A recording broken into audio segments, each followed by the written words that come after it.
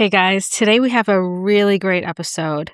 We are going to welcome Dr. Millis Chappel. She is a psychologist, a rock star, and a corporate consultant who helps people find their missing puzzle piece. We are talking about the exhaustion of suppressing your true self and how to take that first step towards a life change, a change in the right direction, and why your inner critic is just a false alarm. If you're ready to step out of your comfort zone and into your magic, this is the conversation for you. Let's get into it.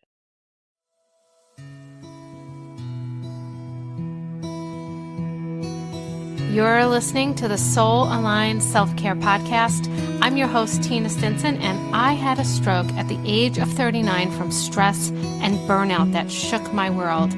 Now I'm laying it all out, the deep level self-care practices and mindset shifts that I needed that kept me healthy, balanced, and thriving. Join me in this intimate space as we explore healing, resilience, and the soul's journey to alignment. This is where real conversations about deep-level self-care happen. Let's get into it.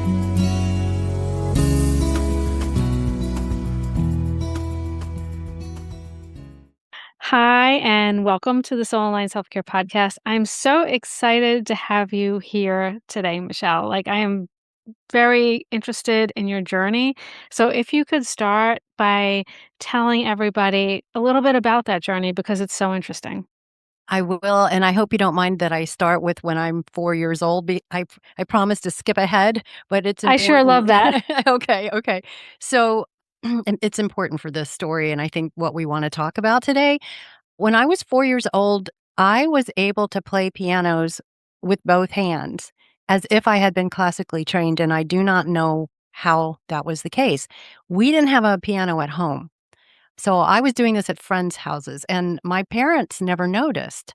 So I had this amazing musical ability, but because nobody saw it or reinforced it or cared about it, I begged for a piano and I never got one. I forgot all about that. I forgot that That's I had. crazy. I'm sharing this with you because all of us do some version of this. And Mhm. so, cut away, 20 years or so, and I'm at Princeton University and I am studying to get my PhD in cognitive psychology. And we have a speaker who is talking about music perception. And I always thought, oh, that's interesting. We don't really ever talk about music here. And so, as part of the talk, she would play pairs of melodies. So, la la la la la la la la, and we just had to say if they were the same or different. And I remember thinking, oh my God, this is so easy. I'm not sure. I mean, does she know she's at Princeton? I mean, is this supposed to be challenging? But when we went around the room and compared scores, I had outscored every single person in there, that graduate students, professors, a dean who had studied violin for 10 years, I believe it was. And so that got my attention. And I started wondering, what is that about? And so I started, I had a guitar that I kind of took with me to various schools. It was always in the closet. So I took it out of the closet and I started. This is like the right before I'm defending my dissertation, too.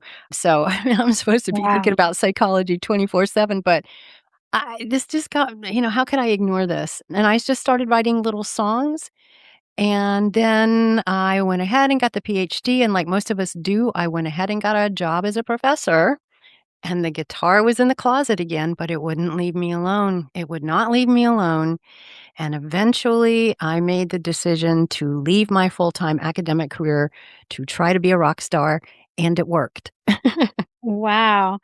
So that is such a bold step because and this is like the direction I wanna go in exactly because we get so much pressure in society to do and act a certain way, and I was just gonna say women more so than men, but I guess that's really not true. I mean, men get, like, a different kind of pressure, but women also get, like, this pressure to behave a certain way, and so you went against the grid. Like, I'm sure you got so many opinions from so many different people, your parents, your professors, like everybody had something to say to you, and did you get any positive opinions?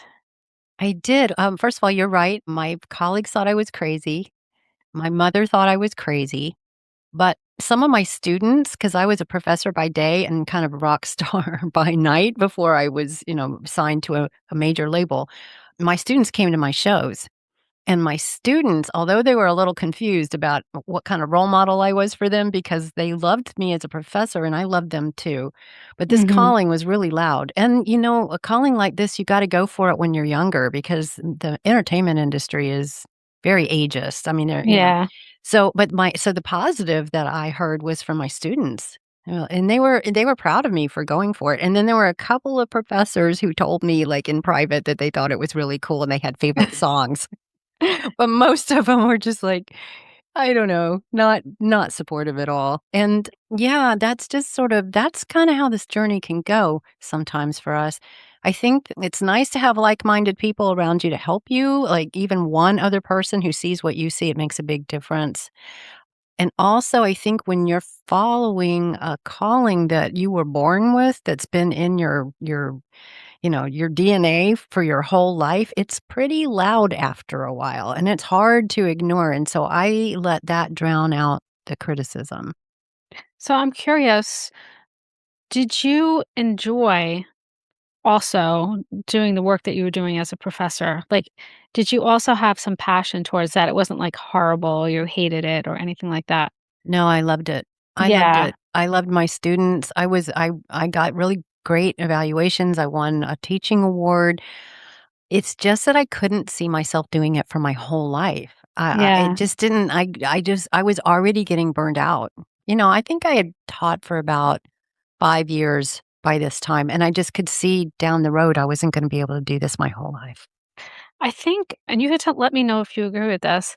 I think that when you're somewhat in alignment with yourself, these it's hard to ignore these passions that you have. When you're completely unaligned with yourself and you're really not tuned in to your body and your feelings and your intuitions, I feel like it's easier to ignore these callings and these things. But when you're tuned in and you're somewhat aligned, I think it's almost hard to ignore. And my experience was that I was in, like, a state of, like, fight or flight for almost my entire, younger adult life up until, like, my late 30s, and so I was completely disconnected with my body because that's how I protected myself, right? And so it wasn't until I'm in my 40s that these things are popping up and I just the way I would describe it to someone is I just can't ignore it. Like, and I Yeah, just can't do these things that I don't like anymore. I just can't do it. Like, it's like physically makes me sick, you know? yeah, yeah. And do you think that is a matter of alignment or do you think what do you think it is? I'm just curious what your thoughts are. Well, I'm a real big fan of Carl Jung. He's a Swiss psychiatrist, and he talks about the conscious and the unconscious. So the conscious is what we're consciously aware of who we think we are.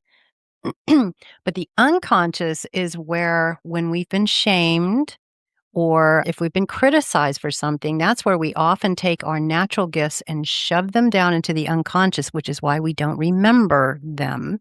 But those gifts are there. And some people call it the golden shadow.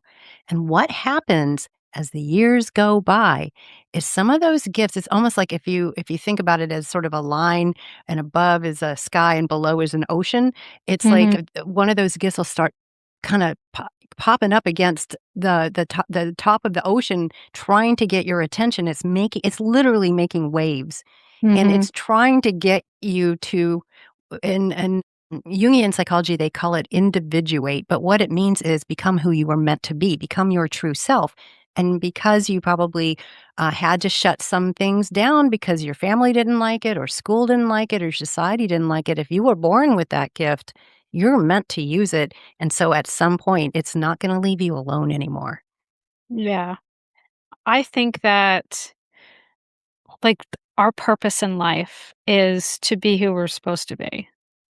And that's a very difficult thing for a lot of people to start figuring out who that is, especially when we have so many pressures like family pressures, societal pressures, monetary pressures, just so many challenges sometimes too as well. What do you think for a person who's listening to this right now, who knows that there's some of these callings, they're trying to break through or whatever, how can they start to tune more into them, into them and step towards that and start bringing that into their life when we have so many pressures not to do that? I think the first thing is just to be willing to do a little self-exploration. Like, just start there. That can be safe enough. And I have some questions that I typically ask people. I won't go through all of them, but some of them are things like these are clues as to what makes you different from everybody else. And they're kind of indicators of what your individual special abilities might be. So one of them might be something like, what comes easily to you that doesn't necessarily come easily to everybody else?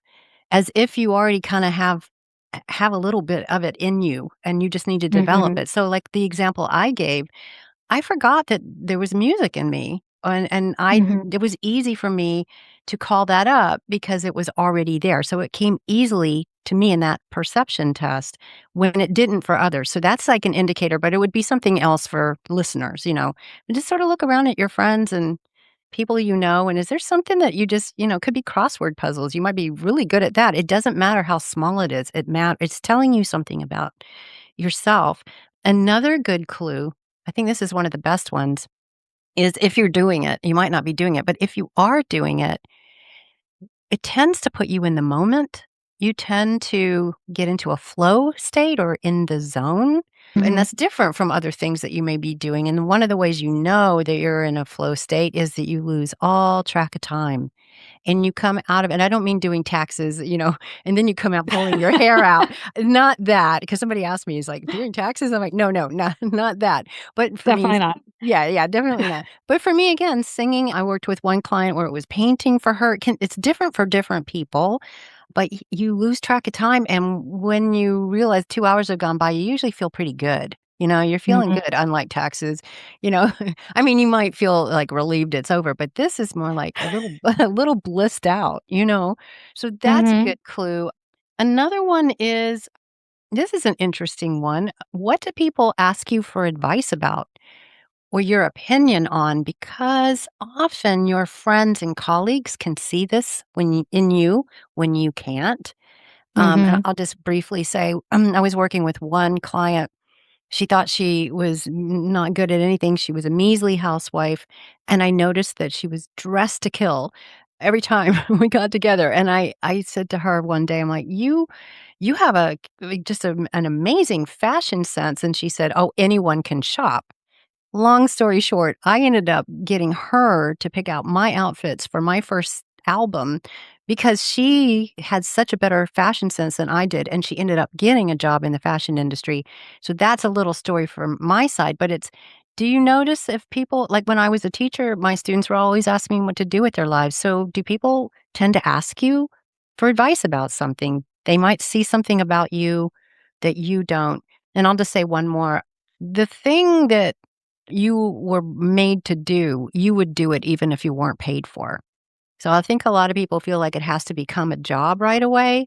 It Mhm. may turn into a job, but it's intrinsically rewarding when you do it. Like, I like doing podcasts, I imagine you do too. There's something very intrinsically rewarding about talking to other people about life, and I don't need to get paid. Yes. Yep, right? I don't need to get paid for that. But Mhm. people who do find their calling in, careers often say that they would do it for free. So I would say, start with those questions first and just see if anything bubbles up. That's the first easy step. You haven't had to be courageous yet, you know? Yeah. That's coming Yeah. later, but yeah.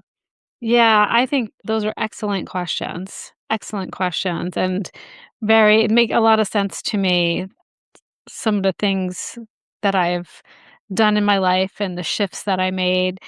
And one of the lessons I did learn too, and I just wanna add this in for people who believe they should be doing, like, one they should have, like, one passion and be doing that one thing for their entire life. I think as we grow and we change, which is human nature, we wanna grow, we wanna continue to grow, and I think that is something we need and we want. As we do that, I believe sometimes these passions and these things in our life shift. We get what we were supposed to get from that thing, and we shift in a different direction. And I would say to honor those shifts when they come up because sometimes I spend so much times on things that I've done in my life. In my business, for example, I spent so much time doing on life coaching and health coaching, and I kind of just all of a sudden shifted into like nervous system regulation and creating the podcast and meditations. And I took the time to just ask myself the question, what feels good when I'm doing it? And that you talk about losing time in a good way. And when I ask myself that question, when do I lose time? It's when I'm creating, when I'm being creative. And the meditations were what I really, really, really loved doing. So I started taking a step back from doing a lot of coaching and stepping into creating the meditations and getting more educated on different types of meditations. And once you make a step into that direction, almost feels like doors begin to open for you. I So, agree. Yeah. right? It's Yeah. like once you it's almost it's like an energy, I believe, and we're all made of energy, and when we go with the flow of the energy, then the energy can flow with us, and the things that are supposed to come to us come to us. I totally I agree. I think one of the things I would like to add is that people come into the world with a handful of gifts. It's not just one, Yeah. and you don't have to use them all at the same time. Usually, you can't actually. So, Mhm. that's why life is a journey. You've got this whole life. Hopefully, we have a whole long life to be able to discover different parts of ourselves that want to come up. And sometimes we can take 2 of those gifts and combine them. Sometimes we Mhm. use one gift, and then a few years later, we use a different gift. There's a lot of different ways, or sometimes a gift will cross over from one thing to another, like something you do for a hobby, like, say you play hockey, and then you work for a high-tech company, and you're a good team player. Sometimes it'll be like that. But, Mhm. yes, it's not all at once necessarily, and one of the reasons why I think you get energy is because when we are suppressing parts of ourself, it takes a lot of energy. And so when we Mhm. allow ourselves to do those things that are calling to us, that energy is released and we can use it. We're not, and Mhm. that's why I think a lot of people are tired because I they're was not. just gonna say that. I was gonna say, so if you're tired, just start doing things you love for crying out loud. Yeah, And could be so that simple. shift Yeah. I mean, the brain takes up a lot of our energy, right? So if you're working so hard to suppress things like that in your head Mhm. like all the time, it's got to be exhausting. I mean, it is exhausting. Just like telling a lie. Telling a lie is exhausting to keep up with that. That's a lot of work. I always tell people just tell the truth. It's so much easier. It's like it's a relief. Just always tell the truth. Yeah, yeah, that's true. That's true. Yeah. So Um, moving into like before we started recording, I was talking to you about how I wanted to shift the podcast, and I've been talking to my listeners about this. And it's a kind of a subtle shift, because we're still talking about self-care. We're still talking about things that help you take care of yourself, but it's kind of on a different level. And I feel like, and I think a lot of people feel this way, that there's a lot of people living in this world that are living their lives in a way where they're just not happy. They're not in alignment with what they want. We're working these jobs that have become very toxic, these corporate jobs that are getting more and more toxic as the corporate world is circling the drain, as I say it. There's not a lot of good jobs out there, so people like doing job interviews and stuff like that, extremely toxic. I have worked with people, I've coached people trying to look for a job. Not I don't coach people to get a job. I've coached them because they're so stressed out looking for a job. And so I feel like people are dealing with a lot of toxic things. Our health care system is failing. Everything seems to be not working or failing. And I think that people are getting to a point where they need something that's going to give them some kind of happiness, and they're starting to realize that they're not meant to live this way. They're waking up, so to speak, you know? And I think some people now, compared to maybe 10 years ago, all they need at this point is a little nudge in the right direction to start living their lives differently. And that's what I wanted to try to focus on this podcast is showing people how they can do this. And so as you said, the first step is to ask yourself some questions and maybe do some journaling, or if you're not a journaling person, I always tell people just talk to yourself. You might sound crazy, but it's very I mean it's very healing and cathartic. Like it just when I'm trying to work something out, I just talk to myself. I don't care if I sound crazy. I live by myself. I'm allowed to be crazy, you know? But when you have a conversation with yourself, you really there's something about saying things out loud that is so in your face, and it's hard to be dishonest with yourself. And so asking yourself the questions that you shared with us would be a really good way to start. How about how can people start really they're inspired, they answered these questions and now they're like, "Okay, I wanna try to implement this into my life. How can I start shifting from a life that's completely unaligned to something that's beautiful?" Yeah, I would like very much to answer that question because you don't have to go from A to Z.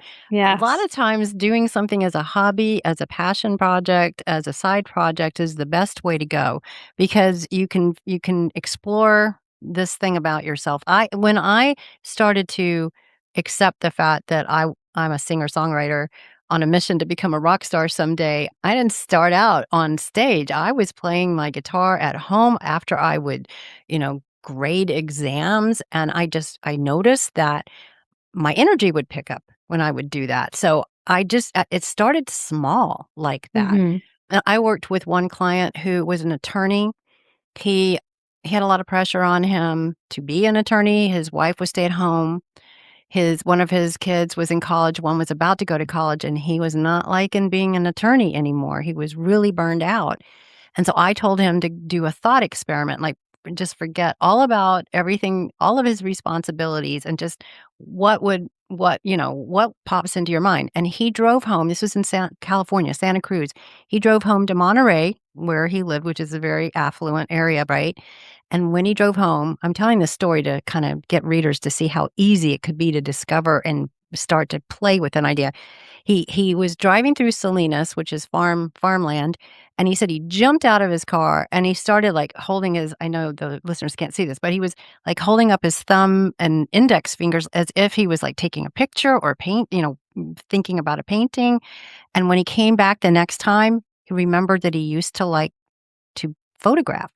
So he photographed on the side and he got his energy back as an attorney. It rejuvenated him. He didn't have to stop being an attorney, but by the end of the year, he had taken so many pictures that he put a couple into like a competition they got shown in a gallery and I went to support him and one of them sold and slowly but surely, he was making that journey to becoming a photographer, but he didn't do it all at once. It was just a little bit and a little bit and a little bit. So I think that's the way to go. And then there'll come a Mhm. time if you really want to make a life shift you'll know when the time you'll know it. You'll know it. You'll feel it. It's Yeah. like, "I can't do this anymore. And this is just calling to me to like with my music and like you were saying before. But just, don't put too much pressure on yourself because then you get to develop, like, who am I as a photographer, Mhm. photographer? Sorry. Yeah. Oh, that was bad. Who are you as a photographer? Um I need more coffee. Or, what kind of photographs do you like to take? What kind of music do you like to play? What kind of paintings do you like to do? And then start putting it out there in the world and see what happens. Yeah, yeah, and allow yourself to take those baby steps. I always say baby steps are so powerful because it's movement, Yeah. instead of just being overwhelmed by the big change, like you said, you don't have to go from A to Z, because when you think about Z, you're like, "That could never happen." You can't visualize it because you haven't been through all the steps yet. But if you just take that little baby step in the right direction, you're creating movement and you eventually will gain some momentum. You'll create that momentum for yourself. And you don't need to know how to get to Z. Now, most of the time when we reach like a destination to something that we wanted to achieve, and if we look back at it, we can see that we could have never guessed that we would have taken that path.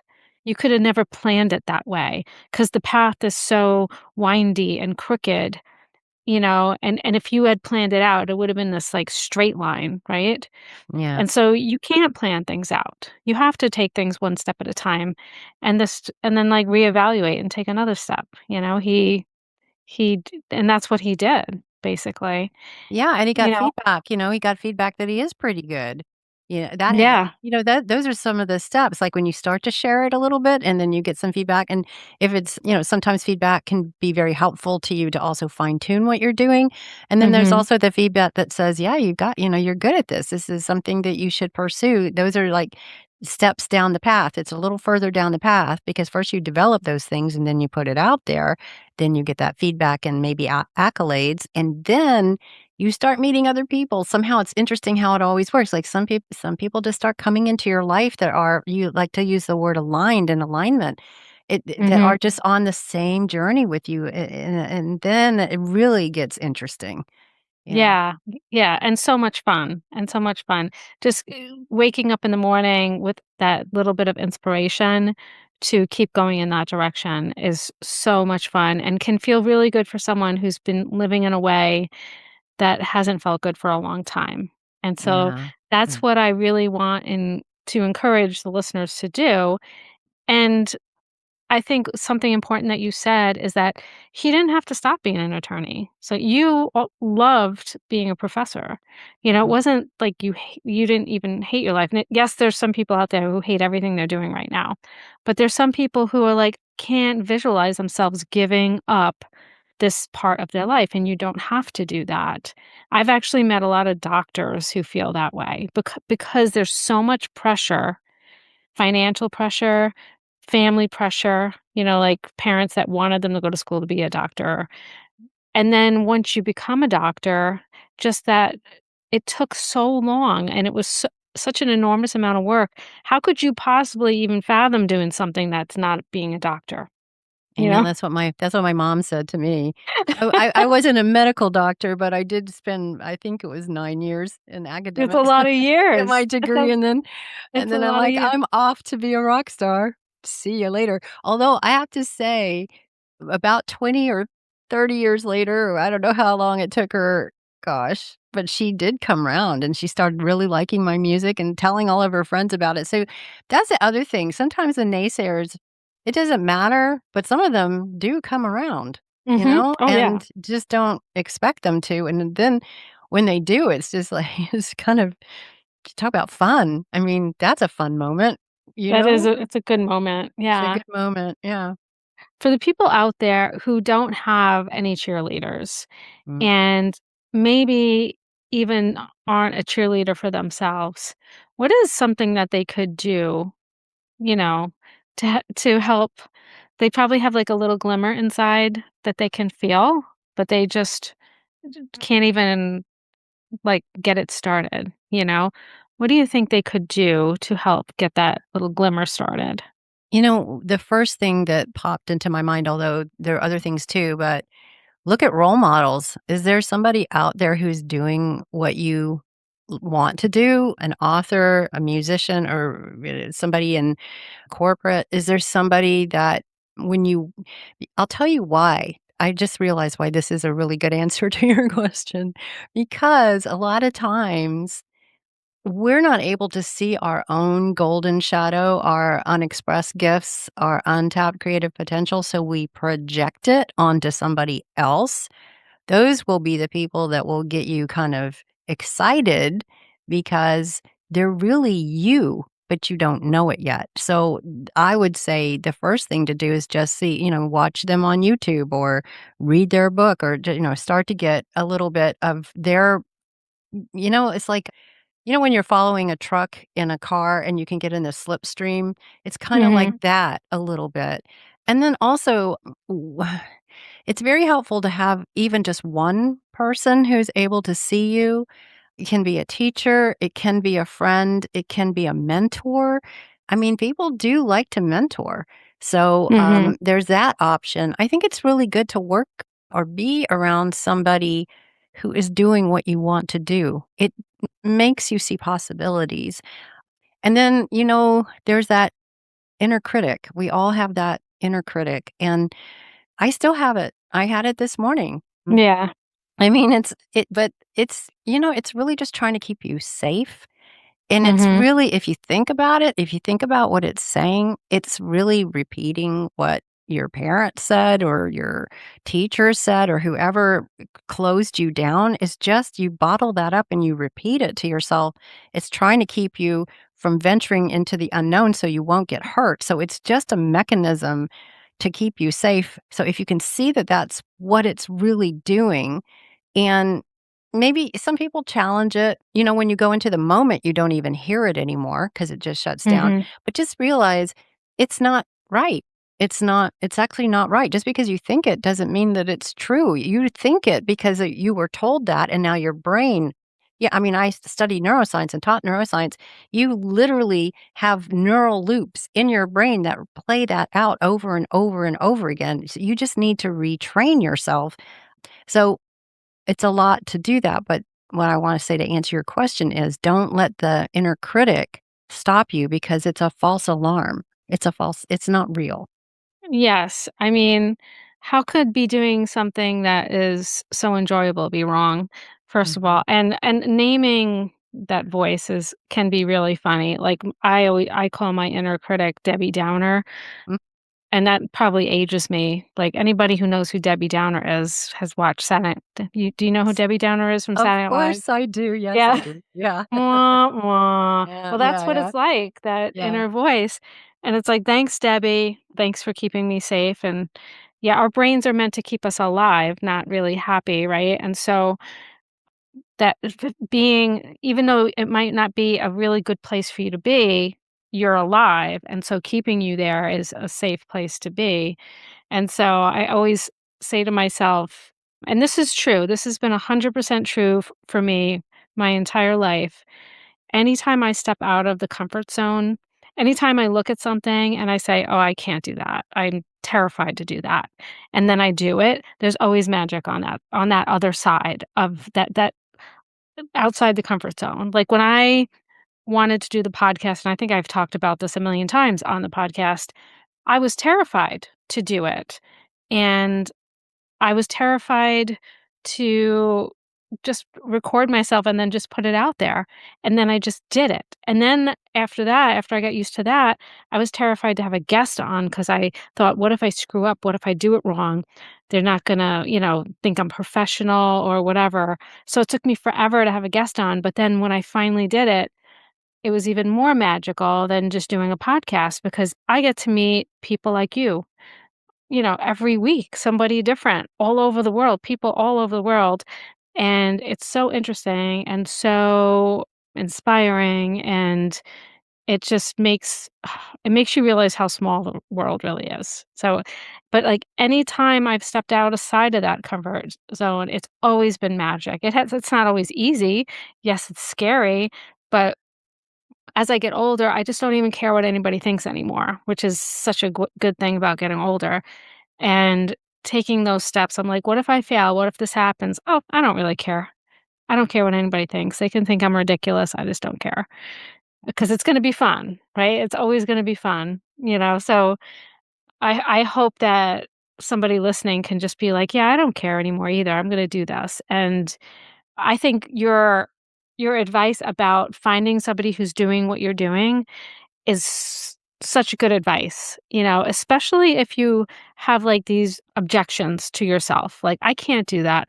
I don't have enough money. Or I can't do that. I'm too old. Or I'm too young.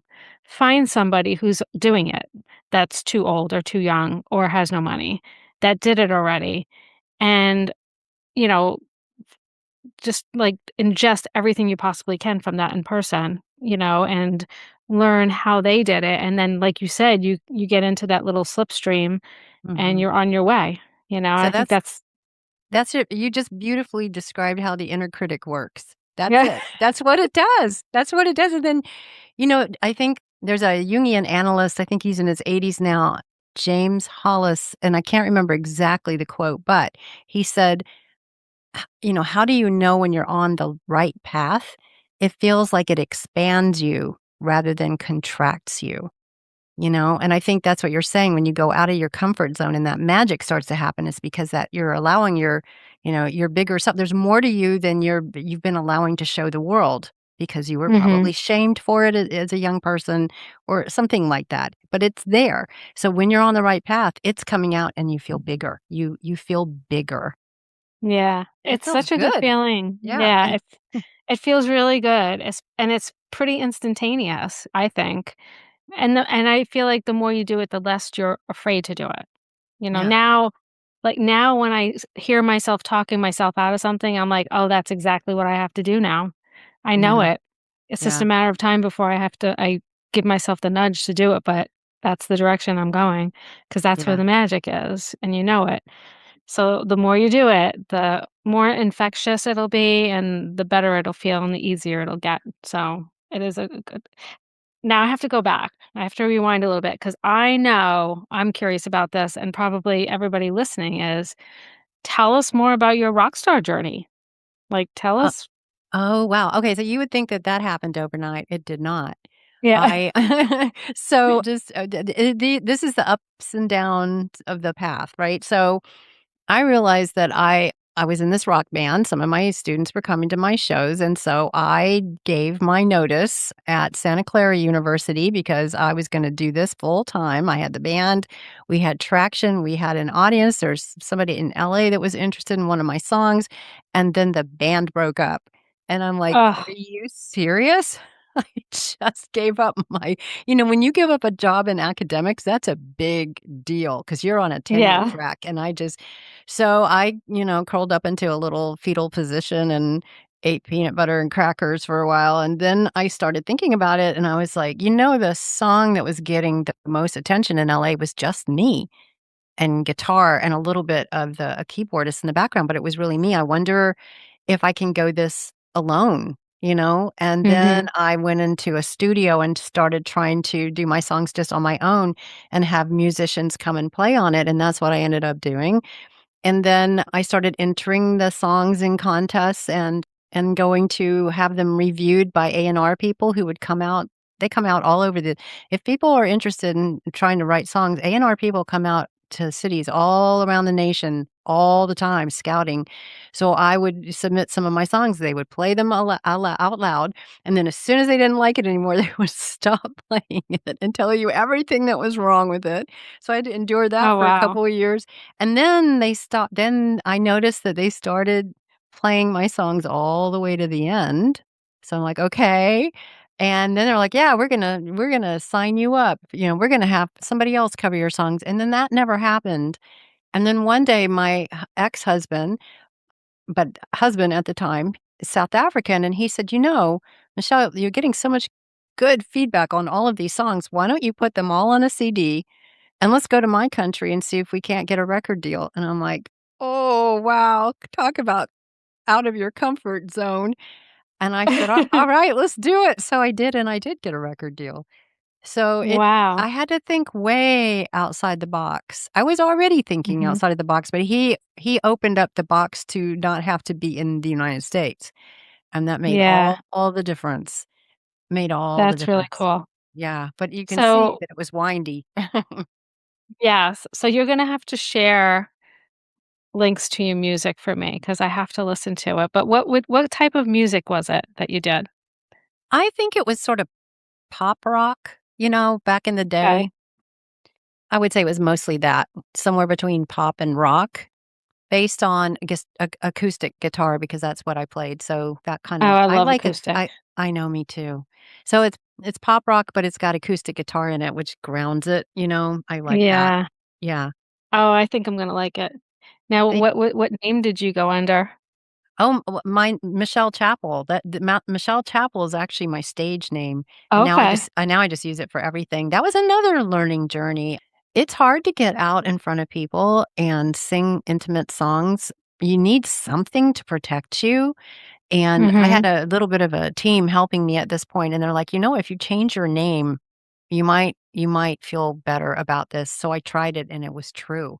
I don't know what it Mhm. was, but it gave me just a little bit of a barrier between you need to protect yourself a little bit, Yeah. you're putting yourself out in a vulnerable way, so Michelle Chappell. Yeah, and you get a lot of rejection, so Oh, yeah. it's so helpful. I started doing art. That was one of the things that I started doing that I feel passionate about, and I have an art name that's different. It's Talia Sunday, and it Oh, was a do you wanna hear the story about where the name came from? I'll try to make absolutely. it quick. It's kind of a long story, but I'm gonna try to make it quick. So when I was a kid, all me and my girlfriends, we would have a stage name. We used to joke around and say, "This is what's your stripper name?" And be like, "My stripper." We were never strippers. I just want to clarify that. Never strippers. But it was just a joke, right? So my stripper name was Tallulah, right? So that was always the name I used when I wanted to use a name that, well, this isn't me, it's Tallulah, okay? So that was my name. So when I started doing art, I was like, it's Tallulah. Tallulah is doing the art. And then it turned into, like, Lula, but then I went back to Tallulah. And so I started doing art last year around October, and for Christmas, my son decided to get me this customized watercolor kit, okay? But I didn't know he was doing this. Now, in between my birthday and when I went and visited him in New York, I had this dream, like a crazy dream. Now, I wanna tell you, I never remember my dreams. It doesn't have unless it's a nightmare, and then I remember it. But I had this dream, it was such a great dream. I was on the beach, and I was like this sea goddess woman, right? And my name was Talia, Talia. Mm, mm. And made friends with the turtle and the octopuses, and it was just like this dream, and I was like, "That must have been, like, some kind of a sign for me to do something." Like, so I was like, "Alright, I'm gonna do, like, an ocean retreat for my clients," or something like that, and the sea turtle, and it was about intuition and stuff like that.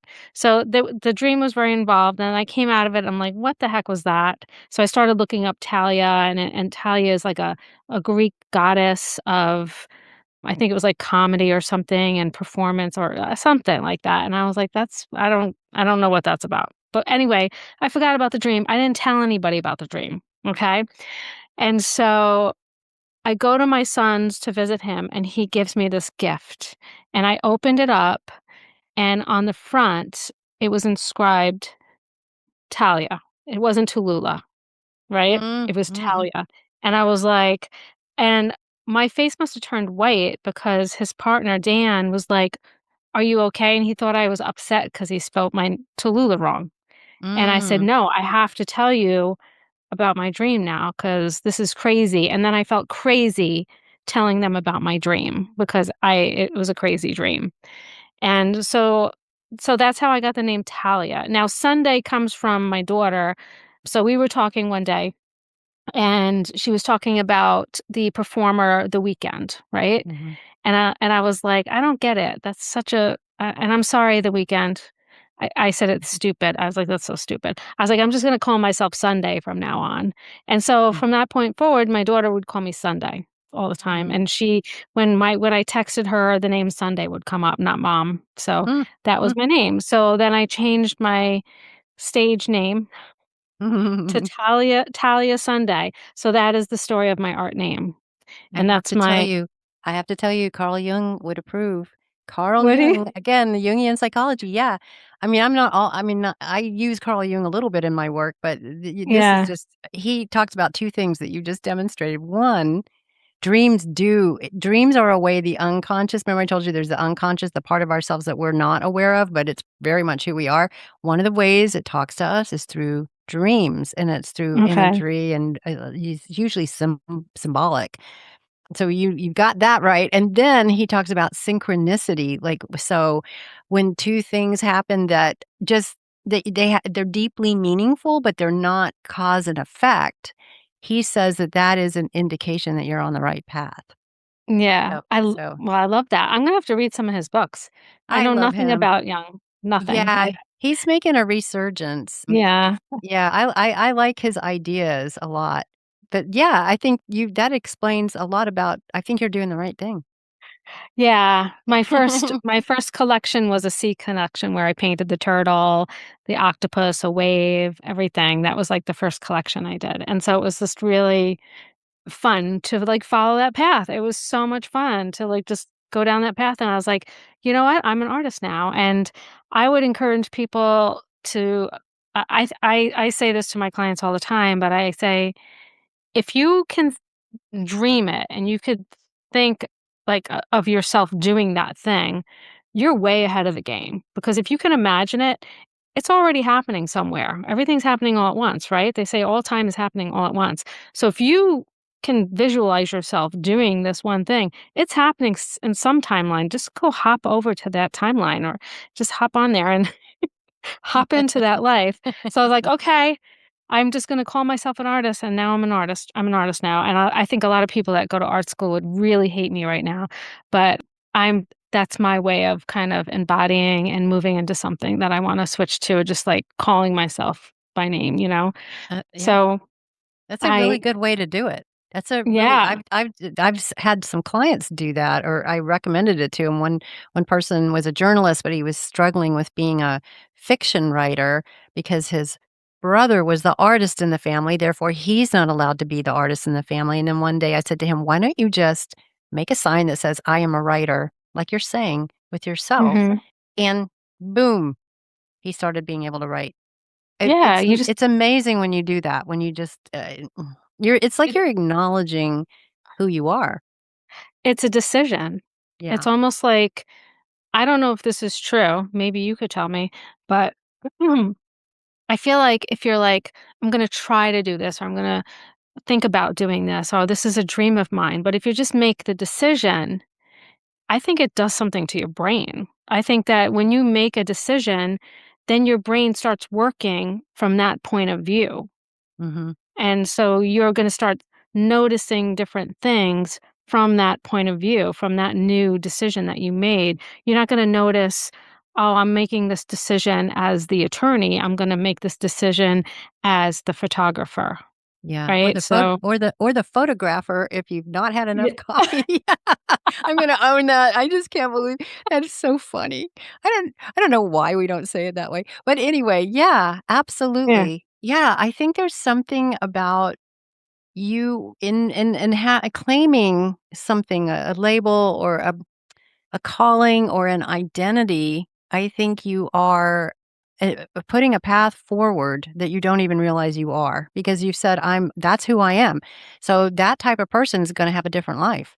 So and I think it does reprogram the brain a bit. I don't know that much about it, but I have heard that it does do that a little Yeah. bit. So your brain is already rewiring itself, Mhm. and that's Yeah. very It's kinda helpful. like yeah, it's kinda like the reticular activating system, right? Like, you don't notice the white car until you're gonna buy a white car, and then now you notice that car that you're gonna buy everywhere. Everybody has it, you know? Yeah, it's kinda like Like that, yeah. Here's an yeah. opportunity I didn't realize I had. Oh, Yeah. I have a friend who does this, and I've been wanting to do this, and I've never talked to them about what it's like to do that thing. Oh my god, I Mhm. could just pick up the phone and ask them what I mean, it's like there's all kinds of little possibilities right in front of you that you don't notice until you start to claim your identity and claim your Mhm. destiny, really. Yeah, yeah. So, I have to ask you one more question. This has been such a beautiful conversation, and I I loved every know. minute of it. Tell me what's next for you? Like, what are you doing now in the world, and do you have any sparks inside of you that's saying, "I might do this next"? Well, I have a book that's out right now. It just came out a couple of months ago called The Power of Authenticity. So I'm trying to let people know about that, and it sort of summarizes all the work I've done with clients over the years. It's funny you asked that because I'm at a place right now where I'm kind of laying back a little, just like we've been talking about, and just sort of asking myself, what do I want to do? And I think I really would like to get on the speaker circuit. I think I'd like to reach more people with these ideas. I'm a good speaker. I was a good teacher. I Mhm. don't speak, I teach. But I think what's next for me is trying to reach as many people as I can with these ideas because I feel like we live in a very important time. I feel like people come into the world with unique gifts, and I feel like the world that we're in right now, we need everybody to find those gifts and use them to Yes. make the world a better place. And so I'm on a mission to get the word out as much as possible. So one of them is speaking, and I kind of put down singing for a while to finish writing the book because unfortunately for me, it's a total immersive kind of situation for me to be able to finish it. And I want to start playing music again. But now it seems like it's more I don't know, it's a little bit more vocal oriented and not so much big rock music behind me anymore. I want intimate music at this point, if And that I makes feel any like sense. I feel like you're claiming it right now on this podcast, and Yeah, thank you. and then Yeah. now you're gonna start speaking, and I think you have everything, you have all the right little and isn't it funny how life works? Like, you're comfortable probably on stage because 'cause you're a rock star. Mhm, You were a teacher, right? mhm. So you know how to present things to people so that they learn from it, and, you have the book behind you. Now I don't know if a lot of people realize this, but books are the greatest gift that we have in this world because people that write books and I have a friend that wrote a book. Her name's Marisa Moon, and she's a health coach, and she wrote a book about fasting. It's called Not So Fast. That's a plug for Marisa. But It's a good title. I yeah, isn't it a good title? So It clever. is, it is. But anyway, I talked to her throughout this whole process, and when people write a book, they put their heart and soul, like, Mhm. every last bit. It's such hard work, and I don't think people realize how hard it is, and you get to buy that for $20. You get to Mhm. buy their knowledge, all of their greatest knowledge, their all the work they did to, learn more about what they were writing, and all their best of their best for $20, you get to buy it and read it over and over and over and over again. Like, Yeah, it's amazing. Like, I love books, as you can tell, and I would love to read your book, and I feel like, obviously, it's so aligned with what we talked about today, and it so, absolutely is, um, yeah. we'll definitely put a link for the book in the show notes, and all the links that you shared with me will be in the show notes so that people can connect with you and work with you and possibly hire you to speak at one of their events now that you're in the speaker circuit. Thank you, I appreciate that. You know, I there's something about reaching groups of people. I think, I've enjoyed the work of being in workshops and group coaching, more than individual coaching because it's like a energy field gets created, and people Mhm. seem to make breakthroughs faster, and I guess I'm on a mission because I feel like we're kinda running out of time. We need to kinda Mhm. get this right, you know? So, Yes. yeah, I think you know what I mean. Yeah, I feel like we're on the same mission, and I Mm, think you said it a lot better than I did. Just trying to get people to, like, be the person that they're meant to be in this world, because I feel like everything in the universe is like this big puzzle, right? And we're all just like these little tiny pieces in this big puzzle, and if you're not representing your piece correctly, yeah. if you're not living the way you're supposed to live, your puzzle piece isn't gonna fit with the puzzle, so you have to, like, represent your puzzle piece. Like, it's literally your job, so Yeah, and it's easier than you think because it's already in you. It's already there. Mhm. It's just a matter of uncovering it. That's the I guess if there was any takeaway message for your listeners, that would be it. It's there. You don't have to create it. You don't have to make it from scratch. You've already got it. You just need to find it. That's all. Yes. Very well said. Great way to end today's talk. And I just want to thank you one more time for being on. It was a pleasure to meet you. Yeah, this was fun.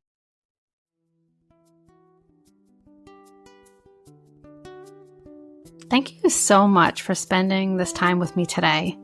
If you enjoyed this episode, be sure to subscribe so you never miss a new one. And if you're listening on Apple Podcasts, I'd love it if you could leave a review. It helps get the show in front of more people who might need this type of support. And if you're ready to take your everyday self-care even deeper, come join us inside the Soul Aligned Life Patreon. Every week, you'll get new self-care practices and tools to help reduce stress and overwhelm. Plus, we do a monthly reset to keep you aligned and supported always. You'll find the link in the show notes, and I'd love to see you there. Until next time, be sure to take good care of yourself. Love you. Bye.